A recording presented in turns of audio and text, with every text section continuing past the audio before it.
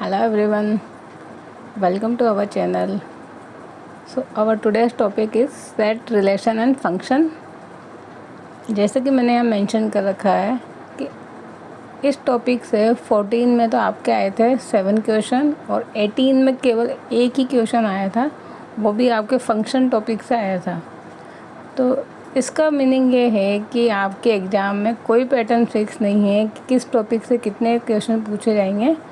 कभी किसी टॉपिक से कोई क्वेश्चन नहीं पूछा जाता, तो जो नेक्स्ट एग्ज़ाम में उसी टॉपिक से कई सारे क्वेश्चन पूछ लिए जाते हैं। हमें तो ईच एंड एवरी टॉपिक का बेसिक पूरा अच्छे से क्लियर रखना है, क्योंकि आपके सारे बेसिक क्वेश्चन आते हैं। आज मैं आपको यहाँ पे सेट रिलेशन फंक्शन से रिलेटेड जो भी इम्पोर्टेंट टॉपिक्स हैं, जो भी इम्पोर्टेंट प्रॉपर्टीज़ है, वो सब मैं आपको करवा दूँगी। इससे बाहर आपको इस टॉपिक से कुछ नहीं मिलेगा। और इनसे रिलेटेड जो एग्जांपल्स होंगे, जो प्रैक्टिस पेपर्स होंगे, वो मैं आपको टेलीग्राम चैनल पे प्रोवाइड करवा दूँगी, और विद आंसर की। और अगर किसी को सॉल्यूशन भी चाहिए तो वो भी मैं प्रोवाइड करवा दूँगी। आप उनकी प्रैक्टिस करना उन सभी क्वेश्चंस की, और कोई डाउट आए तो आप मुझसे पूछ सकते हैं कमेंट करके। तो स्टार्ट करते हैं हम आज का टॉपिक। तो पहले लिखा है अपन ने set and it's properties. Set क्या होता है ये हम सब जानते हैं। It is a well defined collection of object. और टाइप ऑफ द सेट, कितने टाइप के होते हैं ये भी हम जानते हैं, तो वो चीज़ मैंने यहाँ पे मेंशन नहीं की। हम डायरेक्ट इसकी प्रॉपर्टीज़ और इम्पोर्टेंट रिजल्ट पे ही बढ़ते हैं। क्या क्या होती हैं इसकी प्रॉपर्टीज़। नंबर 1 रिजल्ट है यहाँ पे कि यदि किसी सेट के अंदर n एलिमेंट्स हैं, जैसे बोलते हैं कार्डिनल नंबर ऑफ ए। ये जो सिंबल है, इस सिंबल का मीनिंग होता है ए के अंदर यदि n एलिमेंट्स हैं तो फिर उस सेट के कितने टोटल सबसेट होंगे, वो होंगे 2 की पावर n। अब इस चीज़ को मैंने यहाँ एग्जांपल से शो कर रखा है कि suppose this set A have 3 elements A B C and we have to find the total number of subsets. तो सबसेट की डेफिनेशन हम जानते हैं कि empty set is always a subset of every set. तो 5 तो हमेशा सबसेट होगा ही होगा। फिर यहाँ पे जितने भी एलिमेंट्स हैं उनको आप सिंगलटन सेट में लिख दीजिए, तो वो हो जाएंगे यहाँ पे इसका सबसेट। फिर 2-2 एलिमेंट्स को लेके आप सेट बना दीजिए, तो वो भी सब क्या हो जाएंगे इसका सबसेट। अब केवल 3 एलिमेंट है, तो तीनों एलिमेंट वाला जो सेट होगा वो खुद सेट ए होगा। वो भी क्या होता है, अपने आप में एक सबसेट होता है। तो ये यहाँ पर जब टोटल आप इनको काउंट करोगे तो कितने हो जाएंगे, टोटल 8। और हमारे फॉर्मूला के अकॉर्डिंग यहाँ पर अगर 3 एलिमेंट है तो टोटल सबसेट कितने होंगे, 2 की पावर 3 दैट मीन 8। तो ये 8 यहाँ पे सबसेट आपको मिल रहा है। इस तरीके से ये जनरल रिजल्ट है। अब प्रॉपर और इम्प्रॉपर 2 सबसेट होते हैं। तो जो खुद सेट ए होता है, जिस सेट के आप सबसेट बना रहे होते हैं, उसे तो हम बोलते हैं इम्प्रॉपर सबसेट। और इसके अलावा जो भी बच जाते हैं उन सबको हम बोलते हैं प्रॉपर सबसेट। इससे रिजल्ट निकल के आता है कि total number of proper subset of A are 2 की पावर n -1, यानी एक आपको हटाना होगा, बाकी जितने भी होंगे सारे के सारे क्या होंगे, प्रॉपर सबसेट। तो ये जो 2 की पावर n वाला है, इससे तो आपको 2014 में क्वेश्चन आया था। अभी जब मैं प्रीवियस ईयर के क्वेश्चन करवाऊँगी, जब वहाँ देखना, ये डायरेक्ट रिजल्ट पूछा गया था कि if a set have n element then total number of subset of A are. A B C D 4 option थे, तो ये हमारा करेक्ट ऑप्शन था। तो इस तरीके से आपके डायरेक्ट रिजल्ट बेस्ड क्वेश्चन आते हैं एग्ज़ाम में। तो ये हमने यहाँ पे देख लिया proper total number of proper subset ये होंगे। अब पावर सेट क्या होता है। पावर सेट मीन्स ये जितने भी सबसेट आपने जो बनाए हैं, इन सबको यदि आप वापस से एक सेट फॉर्म में लिख देते हैं इस तरीके से, तो फिर ये बन जाएगा यहाँ पर power set of set A. तो यहाँ पर डेफिनेशन है कि a set of all subset of A is known as power set, it is denoted by P A. ये जो मैंने यहाँ पर कर्ली ब्रैकेट लगाया है, this curly bracket mean this become a set and this set is known as power set. ठीक है ना। तो ऑब्वियसली पावर सेट क्या होगा कि अगर किसी सेट ए में n एलिमेंट है तो पावर सेट में कितने एलिमेंट हो जाएंगे, 2 की पावर n, क्योंकि यहाँ पे 2 की पावर n सबसेट मिल रहे हैं।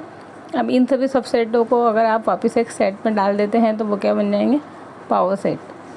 So that's why cardinal number of power set is 2 की पावर n।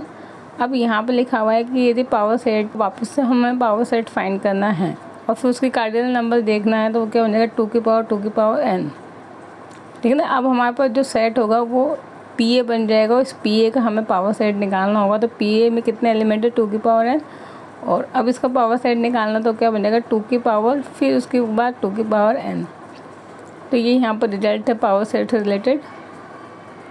अब हम देखते हैं नेक्स्ट पेज पे कुछ और रिजल्ट्स। अब ये हमारा कुछ अलजेब्रिक ऑपरेशन है सेट के, तो देखते हैं कौन कौन से होते हैं। नंबर 1 यूनियन, कि किन्हीं भी दो सेट का यूनियन क्या होता है, जिसको हम डिफ़ाइन करते हैं इस तरीके से मैथमेटिकल फॉर्म में कि A यूनियन B में वो सारे एलिमेंट्स आएंगे जो या तो X में हैं या फिर Y में हैं, ठीक है ना, या फिर दोनों में ही हो, बट किसी एक में भी होगा तो फिर वो यूनियन का मेंबर होगा। सो इस वजह से यूनियन वाला सेट हमेशा एक बड़ा सेट होता है। सो हमने यहाँ पर प्रॉपर्टी लिखी कि A is always subset to A union B, और जो B होगा वो भी A यूनियन B का सबसेट होगा, यानी जो यूनियन वाला सेट होगा वो बड़ा सेट होगा और A और B इनके सबसेट्स होंगे। और ये इसकी मैथमेटिकली डेफिनेशन है A यूनियन B की। सिमिलरली A इंटरसेक्शन B की, कि इसमें वो सारे एलिमेंट्स होंगे जो A में भी होंगे और B में भी होंगे। तो यहाँ पे तो लगता है OR, इंग्लिश का OR यानी आइदर और, या तो इसमें होंगे या इसमें होंगे। और इंटरसेक्शन में होते हैं बोथ, कि X A में भी होगा और X B में भी होगा। तो फिर वो जब दोनों में होगा तो फिर वो इंटरसेक्शन में जाएगा।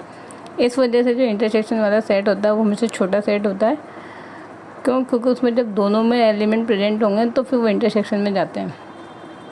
So that's why A intersection B is always the subset of A and A intersection B is the subset of B, and intersection set छोटा होगा और A और B सेट क्या होंगे, बड़े होंगे। फिर हमने यहाँ लिखा हुआ है कि if A and B both are disjoint set, disjoint का इस शब्द का मीनिंग क्या होता है कि दोनों में कुछ भी कॉमन नहीं आ रहा है, तो उस वजह से यहाँ पे A इंटरसेक्शन B क्या हो जाएगा, फाई का मीनिंग दोनों के बीच में जो कॉमन होगा वो 0 एलिमेंट होगा, एक भी एलिमेंट कॉमन नहीं होगा, तो फिर वहाँ पे एम्प्टी सेट होगा इनका इंटरसेक्शन।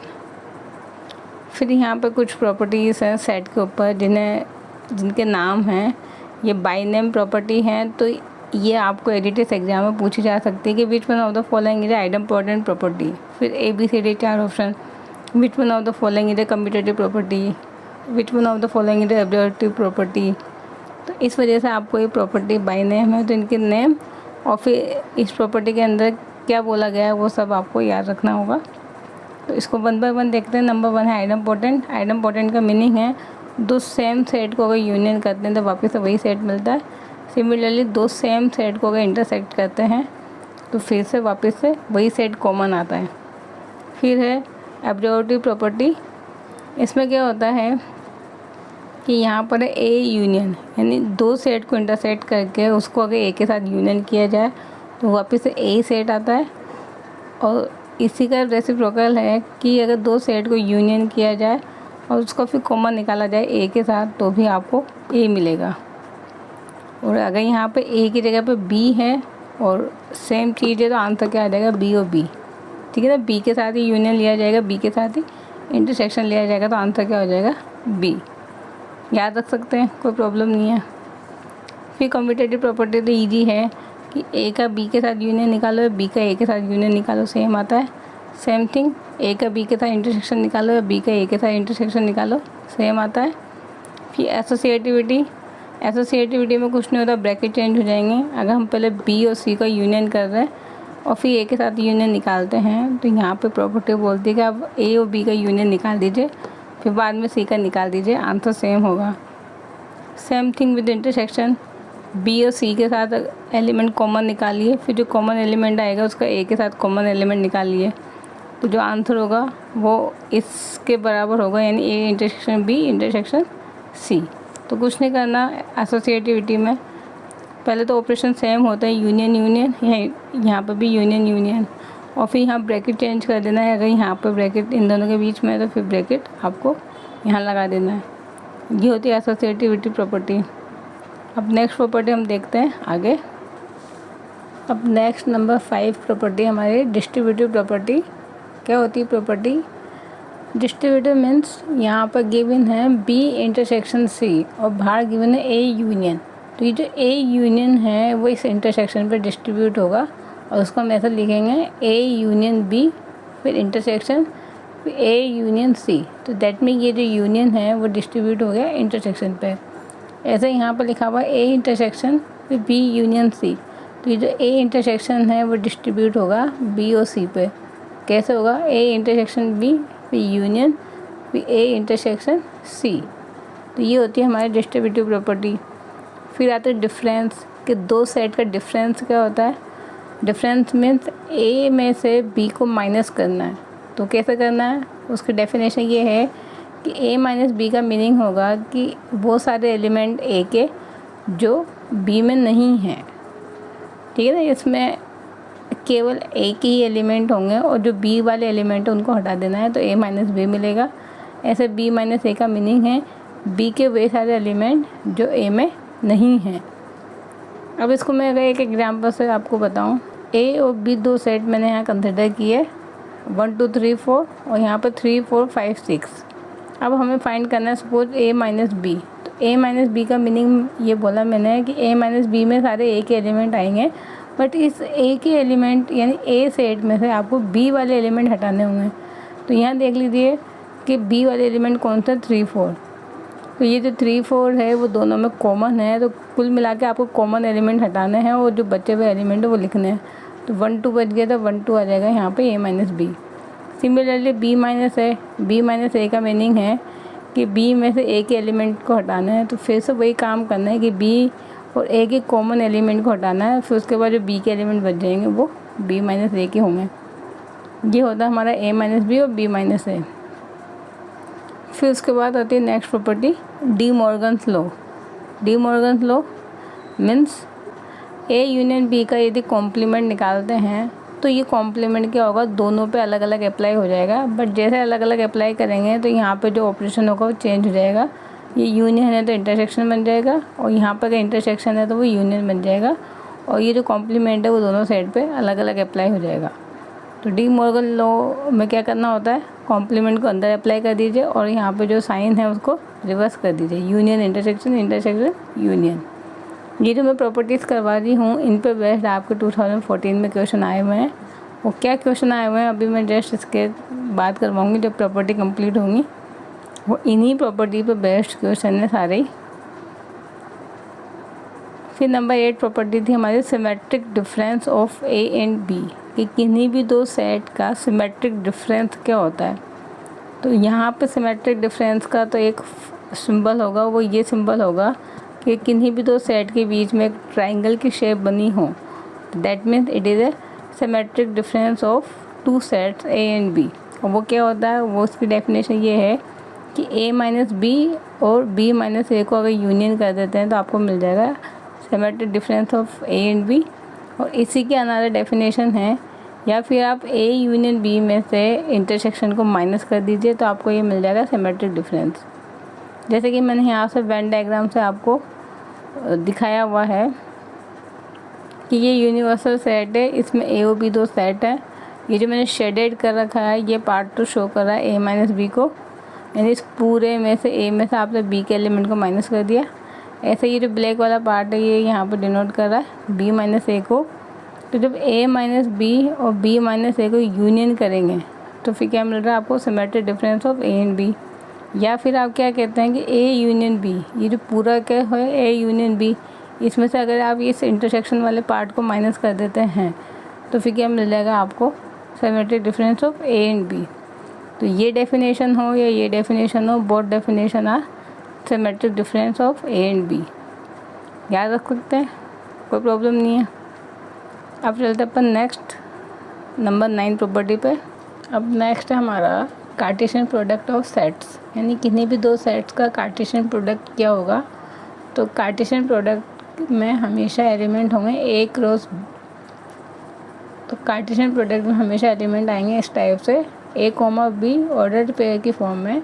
ये दिस ए यानी first element belong from the set A and the second element belong from set B. अब जैसे मैंने एग्जाम्पल्स उसको एक्सप्लेन कर रखा है कि suppose a content 1 2 and B content 1 4 5, यानी इन दोनों के बीच में एक एलिमेंट कॉमन है 1। अब हमें ए क्रॉस बी और बी क्रॉस ए बनाना है। तो ए क्रॉस बी का मीनिंग है कि पहले तो आप ए के एलिमेंट रखेंगे और बी के एलिमेंट को चेंज करते जाएं। तो ए के एलिमेंट 1 लिया तो 1,1, फिर 1,4, फिर 1,5, फिर ऐसे ही फिर 2 लेंगे, 2 के साथ इस बी के एलिमेंट को लेते हुए चलें। तो अब ए का एलिमेंट है 2, तो ये बनेगा 2,1, फिर 2,4, फिर 2,5, ऐसे ही 6 एलिमेंट आ जाएंगे। अगर हमें बी क्रॉस ए निकालना है तो बी पहले लिखा हुआ है, यानी बी का एलिमेंट पहले आएगा और ए का एलिमेंट उसके बाद आएगा। तो हमने लिखा 1 और फिर ए के एलिमेंट को चेंज करते जाइए 1,1 एंड 1,2, फिर लिया हमने 4, फिर ऐसे फिर 4,1, 4,2, फिर हमने लिया 5, तो 5,1 एंड 5,2, ऐसे 6 एलिमेंट यहाँ पर आ जाएंगे बी क्रॉस ए में। तो ये A cross B, B cross A के एलिमेंट हम इस तरीके से लिखते हैं, if A and B are given.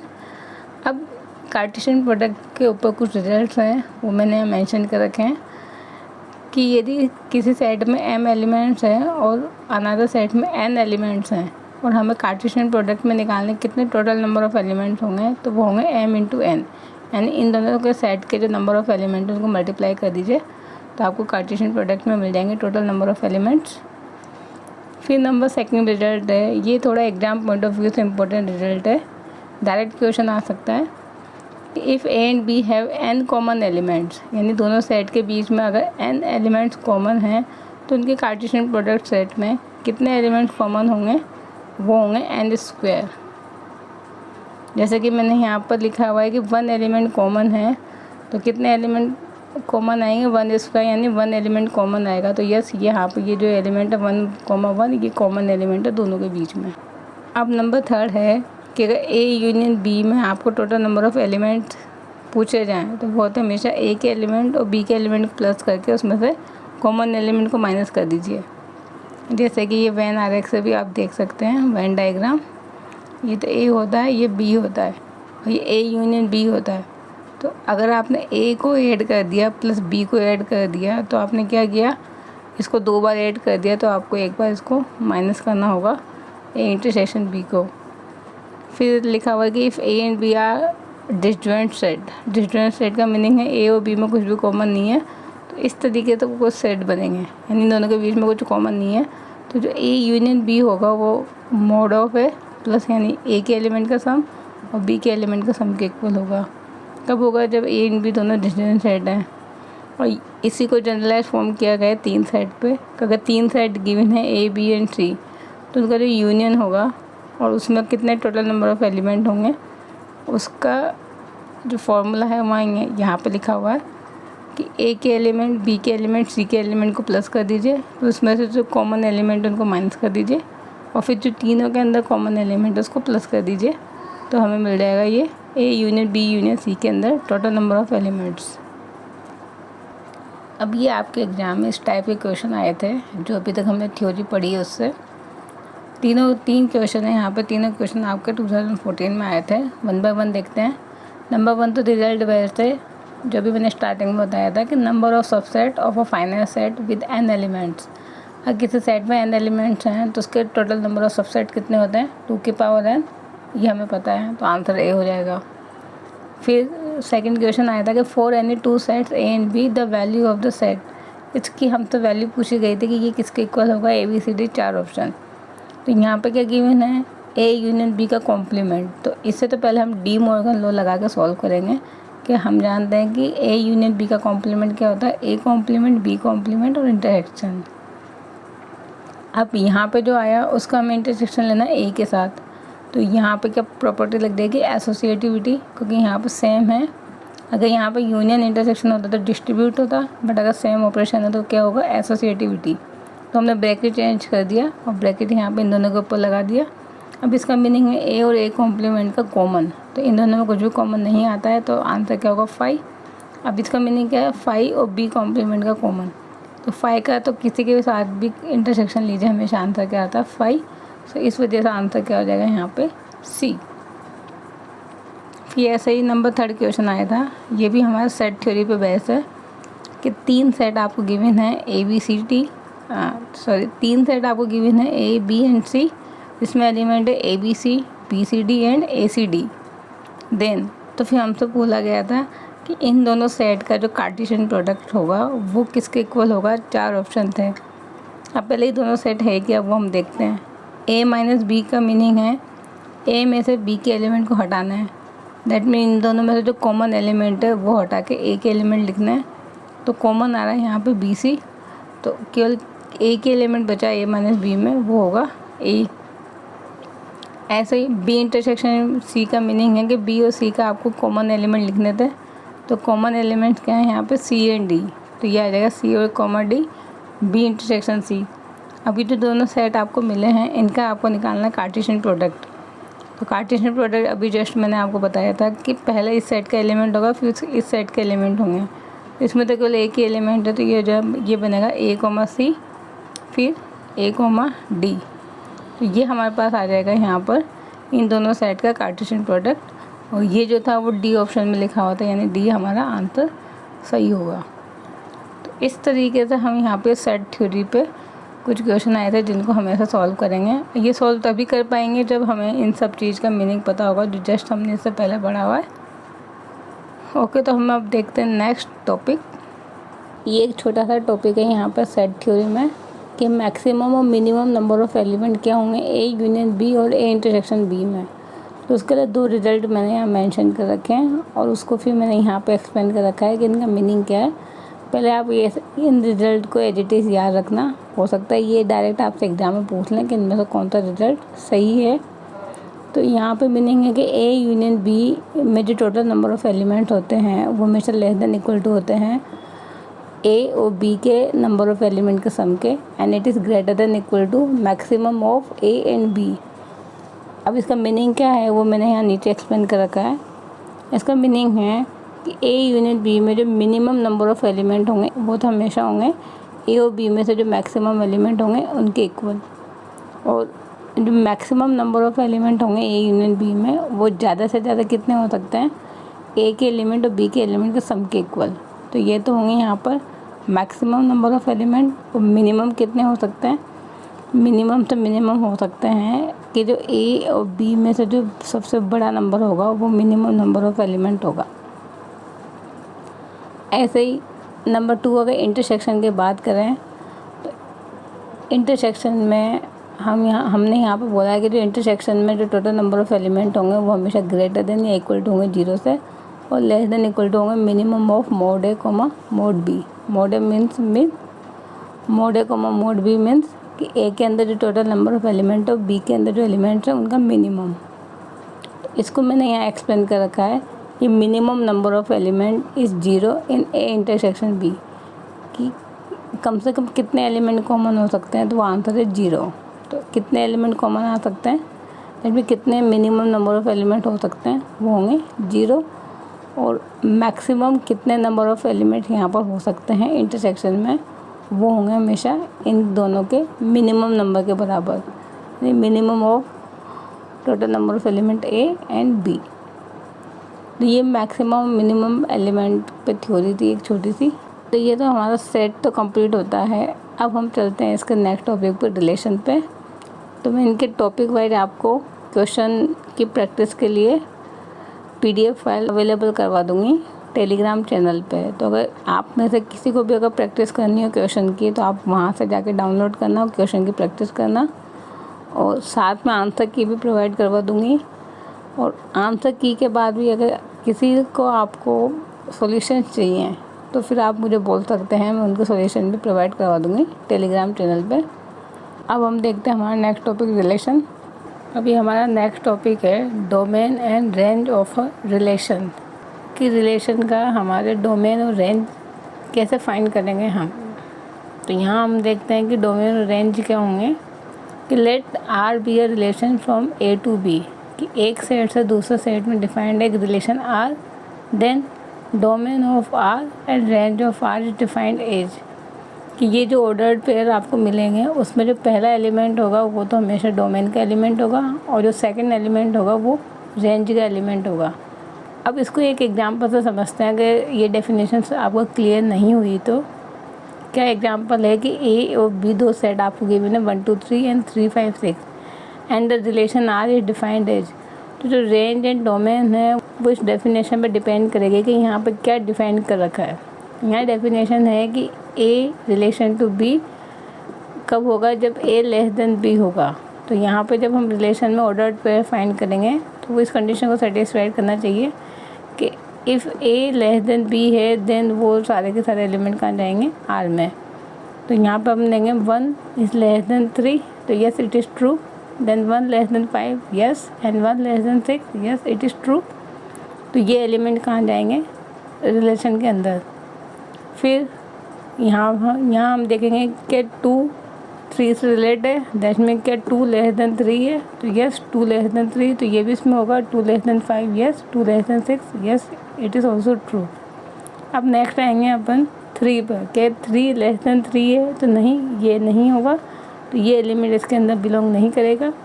Then 3 related to 5, यानी 3 लेस देन 5, तो yes it is true, and 3 less than 6, yes it is also true. तो ये एलिमेंट तो हमने यहाँ पे फाइंड करे कि रिलेशन सेट के अंदर होंगे। अब इसमें से हमें रेंज और डोमेन निकालना है। तो डोमेन हमने क्या बोला कि ऑर्डर्ड पेयर का फर्स्ट एलिमेंट होगा, ठीक है। तो यहाँ पे फर्स्ट एलिमेंट कौन सा आ रहा है, 1, फिर 2, फिर 3, यानी ये जो डोमेन होगा यहाँ पे, जो सेट का जो डोमेन होगा वो का भी यहाँ पे एडिटेड डोमेन आ जाएगा। अब हमें निकालनी रेंज। तो रेंज क्या बोलती है कि इस ऑर्डर्ड पेयर का सेकंड एलिमेंट होगा। तो अगर आप यहाँ सेकंड एलिमेंट देखेंगे तो वो तो आपको वो यही दिख रहे होंगे 3, 5, 6, बट सेकंड एलिमेंट कैसे लेना है आपको, यानी रेंज कैसे डिसाइड करनी है, वो ऐसे डिसाइड करनी है आपको रिलेशन से कि यहाँ गिवन है A less than B, that mean ये वाला जो बी है, ये वाला बी यहाँ पे आएगा रेंज के अंदर। तो इस बी का मीनिंग है कि वो सारे एलिमेंट जो ए से बड़े हैं। अब ये ए यानी जो डोमेन में एलिमेंट आ गए 1, 2 एंड 3, तो आपको रेंज में वो सारे एलिमेंट लेने हैं जो इन 1, 2, 3 से बड़े हों। तो यहाँ पर जो रेंज होगी वो हमेशा कोडोमेन का सबसेट होगी। तो इसमें 3 एलिमेंट है, 3, 5, 6, बट केवल 2 ही एलिमेंट ऐसे हैं 5 और 6 जो इन तीनों एलिमेंट से बड़े हैं। 3 हम यहाँ पे नहीं ले सकते क्योंकि 3 से बड़ा नहीं होता है। अभी 2014 में हमारे क्वेश्चन आया था डोमेन फाइंड करने का कि if relation R is defined this one, इसमें वो सारे ऑर्डर्ड पेयर आएंगे जो इस इक्वेशन को सेटिस्फाइड करते हुए x + 2y = 8 B a relation on n। That mean जो नेचुरल नंबर का सेट है वहाँ से आपको एलिमेंट लेने हैं x and y। Then domain of R is, फिर ABCD 4 ऑप्शन थे। तो पहले तो आपको यहाँ से ये एलिमेंट निकालने होंगे x एंड y। ऐसे एलिमेंट लिखने होंगे जो इस कंडीशन को सेटिस्फाइड कर रहे हैं। तो मैंने यहाँ पे लिखा कि इफ़ x = 2 देन y = कितना होगा यहाँ पे 3। अब मैंने यहाँ पे इवन नंबर से क्यों लिए, क्योंकि ये 2 से मल्टीप्लाई हो रहा है, दैट में y की वैल्यू आप कुछ भी ले लीजिए 1, 2, 3, 4, 5, 6 की हमेशा इवन नंबर ही मिलेगा। सो हमें 8 लाने के लिए यहाँ पे भी इवन नंबर ही रखना होगा। सपोज हम यहाँ पे y = 1 लेते हैं तो ये कितना बनेगा 2। अब इसको 8 बनाने के लिए हमें कितना चाहिए यहाँ पे 6, तो ये बन जाएगा यहाँ पे 6। तो ऑर्डर्ड पेयर बनेगा 6, 1। ऐसे यदि हम वैल्यू 2 लेते हैं तो बनेगा 2, 2 = 4। अब इसको 8 बनाने के लिए यहाँ कितना चाहिए 4, तो ये बन जाएगा 4, 2। और ऐसे यहाँ पे 3 लेते हैं तो बनेगा 3, 2 = 6। यहाँ पे 8 बनाने के लिए 2 चाहिए, तो ये बन जाएगा यहाँ पर 2, 3। अब यदि आप 4 लेते हो तो क्या बनेगा 4, 2 = 8, बट 8 तो यहाँ पे दे रखा है, दैट में ये नंबर क्या होना चाहिए 0। ये बट 0 नहीं हो सकता क्योंकि हमें क्या बोला गया है कि आपको नेचुरल नंबर में से लेना है। सो केवल यहाँ पे 3 पॉसिबिलिटीज़ हैं कि जो ये 3 एलिमेंट्स हैं ये रिलेशन के अंदर आएंगे। अब जो फर्स्ट एलिमेंट होगा वो तो जाएगा डोमेन में, और जो सेकेंड एलिमेंट जो होगा वो जाएगा रेंज में। And range is always a subset of codomain. तो यहाँ पे ये आंसर होगा। अब 2, 4, 6 कहाँ गिवन है डी में, तो डी हमारा करेक्ट आंसर होगा। अब हम इसके डायरेक्ट कुछ रिजल्ट देखते हैं सीधे रिलेशन पे बेस्ड। वो क्या क्या रिजल्ट है वो देखते हैं नेक्स्ट पेज पे। अब ये यहाँ पे कोई रिजल्ट है रिलेशन पे, तो 1 बाय 1 देखते हैं क्या क्या रिजल्ट है।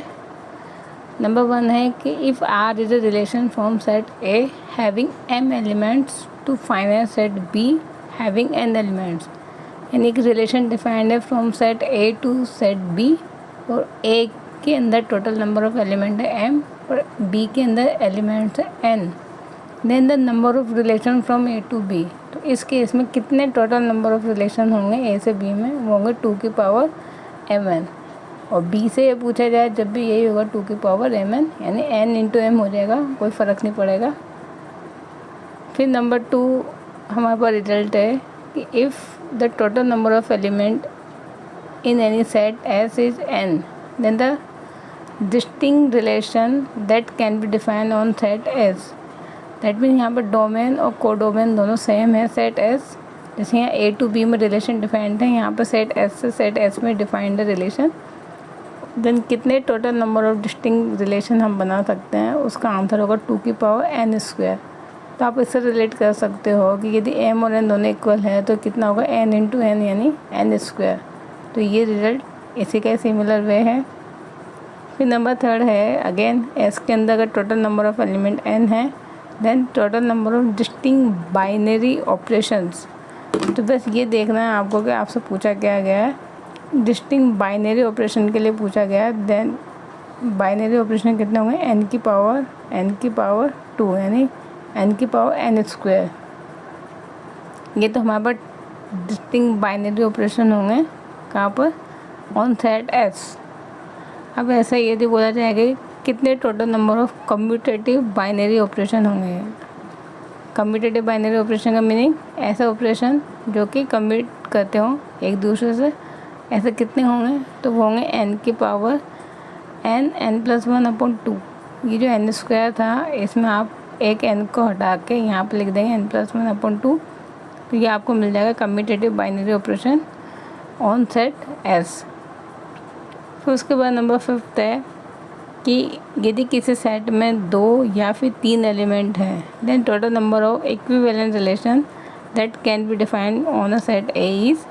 अगर किसी सेट में 2 एलिमेंट है तो total number of equivalent relation होंगे 2, और अगर किसी सेट में 3 एलिमेंट्स हैं तो total number of equivalent relation होंगे 5। तो इस तरीके से हम यहाँ पे ये कुछ डायरेक्ट रिजल्ट थे रिलेशन पे। अभी तक इन पे क्वेश्चन नहीं पूछा गया, बट 100% इस बार हो सकता है कि आपको इन 5 में से किसी एक पे डायरेक्ट क्वेश्चन देखने को मिले। तो रिलेशन टॉपिक में हमारे केवल इतना ही था। अब जो फंक्शन टॉपिक है वो नेक्स्ट वीडियो में मैं आपको बताऊंगी, और उससे रिलेटेड कुछ क्वेश्चंस और जो प्रीवियस ईयर में आए हुए क्वेश्चन हैं वो भी। इस टॉपिक से रिलेटेड जो भी प्रैक्टिस सेट के क्वेश्चन होंगे उनकी PDF मैं आपको टेलीग्राम पे अवेलेबल करवा दूँगी। आप चाहें तो उनको सॉल्व करना, और उनके आंसर की भी मैं प्रोवाइड करवा दूँगी, और अगर आपको नीड होगी तो मैं उनको सॉल्यूशन भी आपको प्रोवाइड करवा दूँगी साथ के साथ ही। So I hope you like my video. If you like, then please like, share and subscribe. Thank you for watching my video. Thank you.